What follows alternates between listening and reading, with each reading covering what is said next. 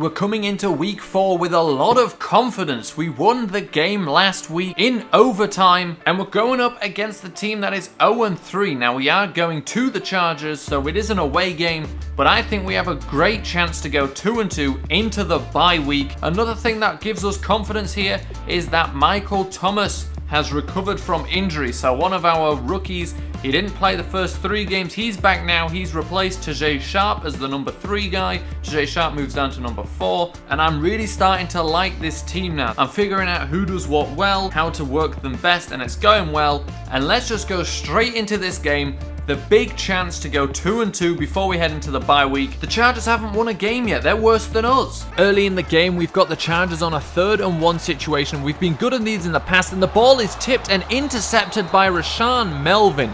A nice play from him there. Unfortunately, though, the offense doesn't do anything with that possession, and the Chargers get the ball back, and here we do a good job of stopping Melvin Gordon, and we managed to limit their run quite well early in the game, and they're down here on the 3-yard line now, and we've got to get the pass rush to Rivers, and that's an interception from Akeem Davis, laying out for it, a full stretch just to steal the ball away there from the Chargers.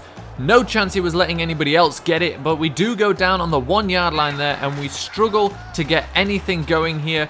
Good run here from DJ Foster, but he's just short, 4th and 2, so we do have to punt it away, but still very good defense, and here they get another chance. And they burn us here on this screenplay. We do stop him, but he gets the first down. And that simply wasn't good enough from the defense. And on the very next play, here at the back of the end zone, bad coverage really from the safeties there. And they get in for the touchdown. They're up 7-0 now. Our offense needs to get something going, and they do here with a big play from Brandon Coleman all the way down the sideline there to the 36-yard line. And then here on 4th and 1, it's just bad play calling. We didn't have to go for it. We could have gone for a field goal, but we tried because we did it well last week, and we get the ball turned over on possessions. So we're back at defending again, and Rivers stood in the pocket for a long time. The rush finally comes, making him overthrow it. And we've seen a huge improvement from the defense today. Here again, almost caught one, almost intercepted as well. 2 guys had a chance at it, and that actually put them on 4th and 3. They converted that field goal. We wasted another possession, and here again, Rivers is sacked there by Trey Flowers. The defense has been playing really well, but the offense needs to give them a break. And on 2nd and 17, they burnt us with a screen earlier, but Akeem Davis is taking none of that. A big hit to Melvin Gordon stops him dead in his tracks, and they scored another field goal, but not much more. And did you see DJ Foster shrug that guy off like he was nothing? And here on 4th and 1, we've got to stop taking so many chances, but it's late in the second. We might as well. And Marshall bounces off the tackle around the side there to the sideline. A big play from him, a big gain, pretty much his first real impact in the game. And here is Michael Thomas's first impact in the game, and it's not much at all. Just a single yard there on the reception. And here we see Christian Hackenberg's stats compared to last week, and they're not even close. This is a later possession. The Chargers have put another 6 up on us, and a nice outside pass there to Coleman from Hackenberg. And we do actually start to move the ball here. This is Tajay Sharp with the reception, and a big play upfield down the sideline. Starts to tiptoe, gets pushed out, but a great play from Sharp. And now this is one of the best plays I've seen so far. Mitchell catches it, spins off the guy that's trying to tackle him, and goes in for the touchdown. And now we're just looking at Sudfeld for some reason, but a great touchdown from Mitchell. We're down 2 scores, but there's 8 minutes left. We've still got a chance, and talk about a big time play here.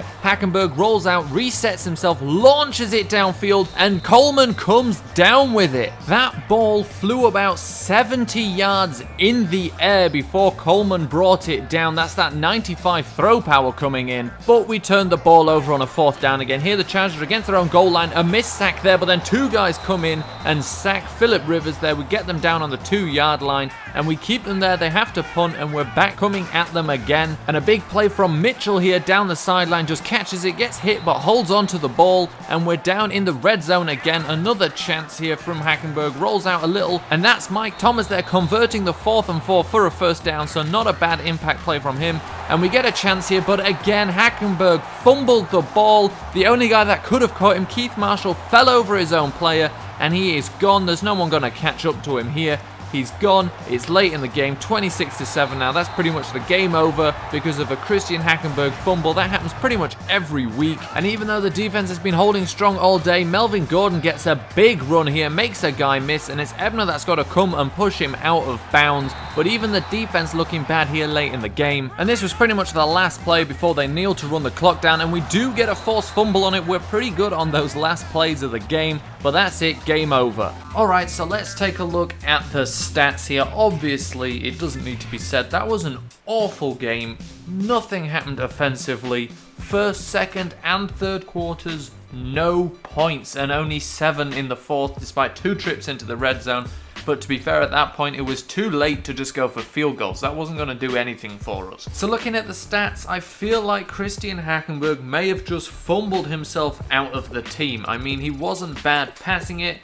53% isn't great, but 279 yards, 1 touchdown, 2 interceptions, but one of those did come from just forcing it down the field late when we had no other choice. 2 fumbles, I believe, at least. Rushing, Keith Marshall didn't do badly today, so yeah, 2 fumbles for Christian Hackenberg. We didn't really give Keith Marshall much of a chance to do anything. We were behind pretty much the entire game, but still, 14 attempts for 53 yards isn't bad. Receiving, 45 yards for Sudfeld, plenty of catches. DJ Foster did alright again. Malcolm Mitchell, that big time play for the touchdown. Brandon Coleman, 103 yards today on 3 receptions as well. Tajay Sharp, 2 receptions, 49 yards. Michael Thomas, who stole Tajay Sharp's position in the depth chart, 2 receptions for only 8 yards. Now, Tajay Sharp may well have played himself back into his number 3 spot there, and apparently there was only 1 drop pass, but I think there were way more than just the 1. Defensively this time, Michael Bennett had a tackle for a loss, Devin Still did, Joshua Perry and Scooby Wright.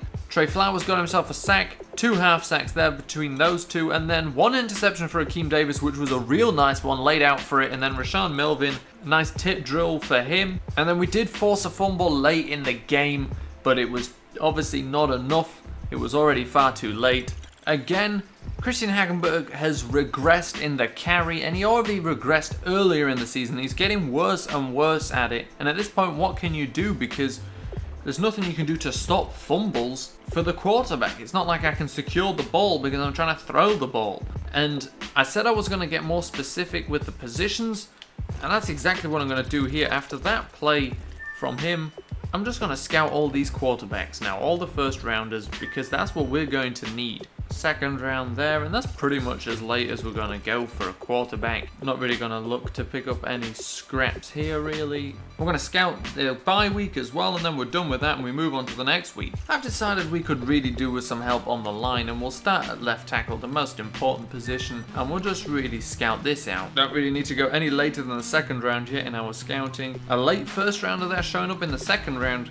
That's a guy to keep an eye on. Only 1 second round center, and he's a late first rounder as well, so we've got some guys to target there in the first round. And that does it for that scouting as well, and that does it for this week. I was looking to drop a player so I could add Aaron Murray, and I realized and remembered that I actually put TJ Yates onto the injury report to clear up space on the team. So we're now going to drop Matt Barkley, who really did nothing for us the 1 chance he got, and we're going to add Aaron Murray. Aaron Murray, one problem here is the 68 deep accuracy, but he does have 78 medium accuracy and 80 short accuracy, which is very good. 80 throw on the run is nice too, 73 speed, not bad. His carrying's definitely better than Hackenberg's, his strength isn't great, but who really cares? And I think we might even give him a shot. That short accuracy, that's where Hackenberg struggles. He throws so many balls wide and away from guys on crossing routes and stuff like that. Aaron Murray's on the team, and he'll probably get a chance next week, or should I say rather this week. We play the Panthers. We do host them this time, but it's going to be a hard game, especially compared to how we played the last game against the Chargers, who had not won any games until then. We could have gone 2-2, we're now 1-3. The Panthers are 3-2. It's going to be a tough game, not impossible, but tough.